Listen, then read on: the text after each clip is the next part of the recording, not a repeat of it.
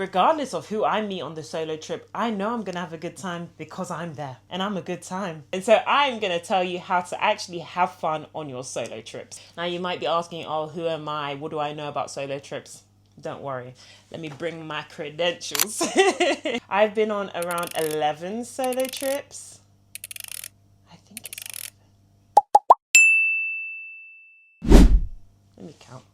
And so as a seasoned solo traveler, I am going to be sharing all my tips with you as to how to actually enjoy solo traveling. And not just, oh, you know, I'm having fun, but I wish someone else was here. No, I want you to go on your solo trips and be like, I never want to travel with another person ever again. Okay? I'm going to start with 7 tips. Maybe I'll think of more as I'm speaking, maybe not. Number 1, sounds basic. I promise you it's not. Do things that you actually want to do, okay? Not the things that everyone says, oh, when you're in Italy, you have to do these things. And when you're in Spain, you have to do this. No, this is the one time where nobody is telling you what you have to do. You are by yourself. If you want to wake up at 3 p.m., wake up at 3 p.m.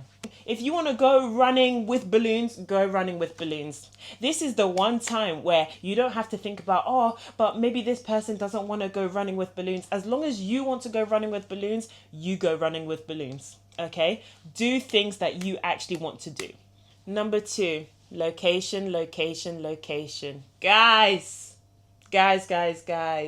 The amount of times someone says to me that they didn't enjoy their first solo trip because they didn't meet anyone and they didn't really think it was a place for solo travelers. You need to pick your destination wisely, okay? Please pick destinations that align to what you're looking for in a solo trip. If you want a relaxing solo trip, yes, the Caribbean is amazing for that. But if you want to go on a solo trip and meet lots of people, especially young people or people your age, the Caribbean is not the best place for that. You want to meet people, Southeast Asia, Latin America, great choices. When I wanted to party and meet lots of young backpackers, Thailand was amazing for that. Another great one was the Philippines. I met so many amazing people in the Philippines that I'm still in contact with them to this day. Europe, I'm not a big fan of solo traveling in Europe to meet people. I think it's a different vibe personally, but it's not impossible. You can definitely do it there. Speaking about destination as well, another top tip I have is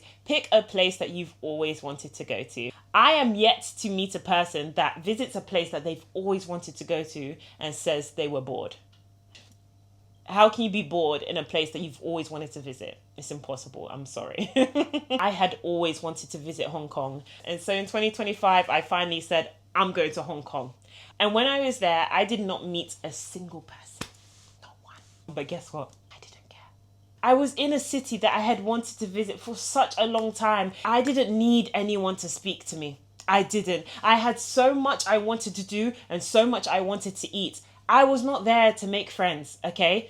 Would it have been nice if I met someone? Yeah, sure, of course, I'm always open to it. But I was there on a mission. I'm sorry, there's no way I'm going to be bored. So please, pick a place you've always wanted to go to, and I promise solo travel will feel much lighter and just more fulfilling as well. Number 3, if you are nervous about solo traveling, please start off small.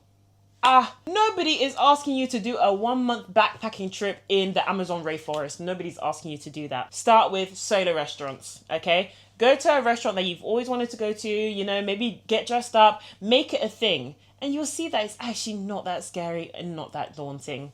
And then you can kind of progress. So let's say solo restaurants is the first step.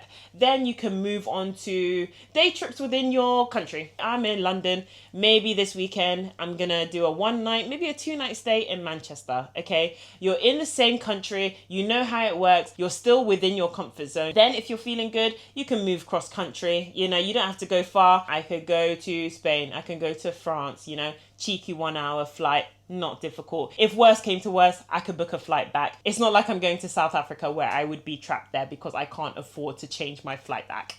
Okay. Number 4, this one is very particular, but something that people always voice to me when they talk about their fears around solo travel is not actually safety or anything like that. They actually say, what would I do when I have to go to restaurants? And they're like, oh, but it's so awkward eating alone in a restaurant. No, it's not. What I do when I go to restaurants, I watch Netflix. I have my little, look at my phone case.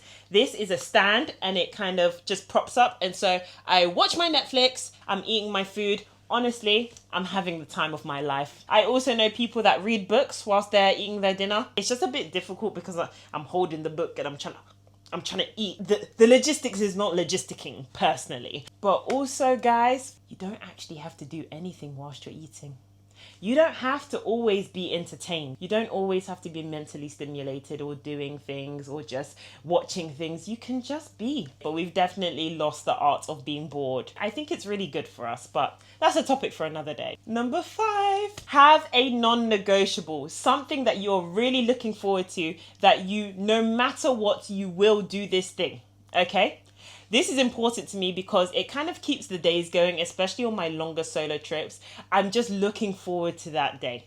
And so it can literally be anything. It can be a place I'm visiting. So for example, when I was solo traveling around Canada, visiting Banff was the pinnacle. And so I kind of left it towards the end so that I could build up that, the excitement. I landed in Toronto first and I was like, okay, Toronto's good. And then I went to Montreal and I was like, okay, Montreal's good, but wait, it's gonna get better. I just like to incrementally progress my excitement for certain things. But it doesn't always have to be a destination. Sometimes it's a restaurant. Sometimes it's an outfit. It keeps you looking forward to things. And I think that keeps the solo trip alive personally. Number 6, if you are finding it boring, put yourself out there. I think something that I've definitely fallen victim of is that I've been very blessed that when I go on my solo trips, I just happen to make friends.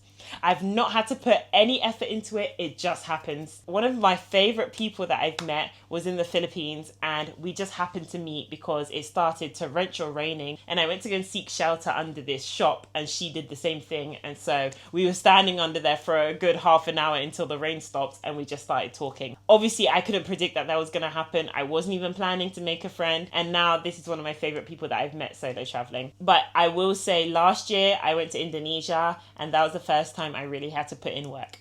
It was not easy. There were none of those situations where I organically met people, and anyone that I did meet organically was not my type of person and not someone I would consider spending time with during my trip. And so I really had to put myself out there to make sure that if I didn't want to be alone and I did want to meet people, I had to be the person to kind of extend that branch. I think on social media, solo travelers will paint this picture that, oh, it's so easy to meet people and, you never have to try. And for the majority of the time, yes, that is the case, depending on the location you pick as well. Please pick a location which is very known for solo travelers. If not, you're going to find it difficult.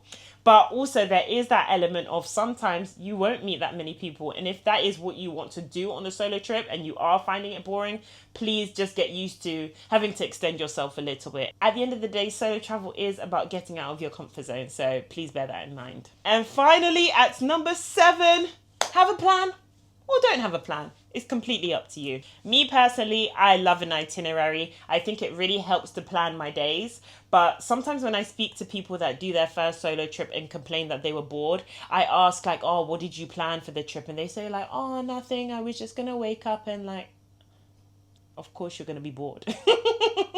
Why would you not be bored? You don't have a plan. How can you just wake up in the morning and be like, what am I going to do today? And again, it links to the point of having something you're looking forward to. But I appreciate that there are some people that absolutely hate planning. They hate itineraries. They hate doing any sort of research. But don't worry, because you're in luck. Me and my sister actually plan itineraries because we love doing it so much. I know we're weirdos. And we can actually plan a bespoke itinerary for your trip. And so if you're interested and you'd like to know more information about that, drop us an email at info@23travels.com, or you can send us a DM on Instagram at 23travels_ or on TikTok, unconventional, but hey, who am I to judge you, at 23travels. And on that note, guys, I've been Melissa. I hope you've enjoyed this. Please let me know in the comments if any of these tips were helpful, if you follow any of these tips, and even if you disagree with any of these tips. Honestly, like, I'm all ears. Guys, I hope you've enjoyed this video. Thank you so much for watching. Please don't forget to like, comment, and subscribe. Bye! And cut.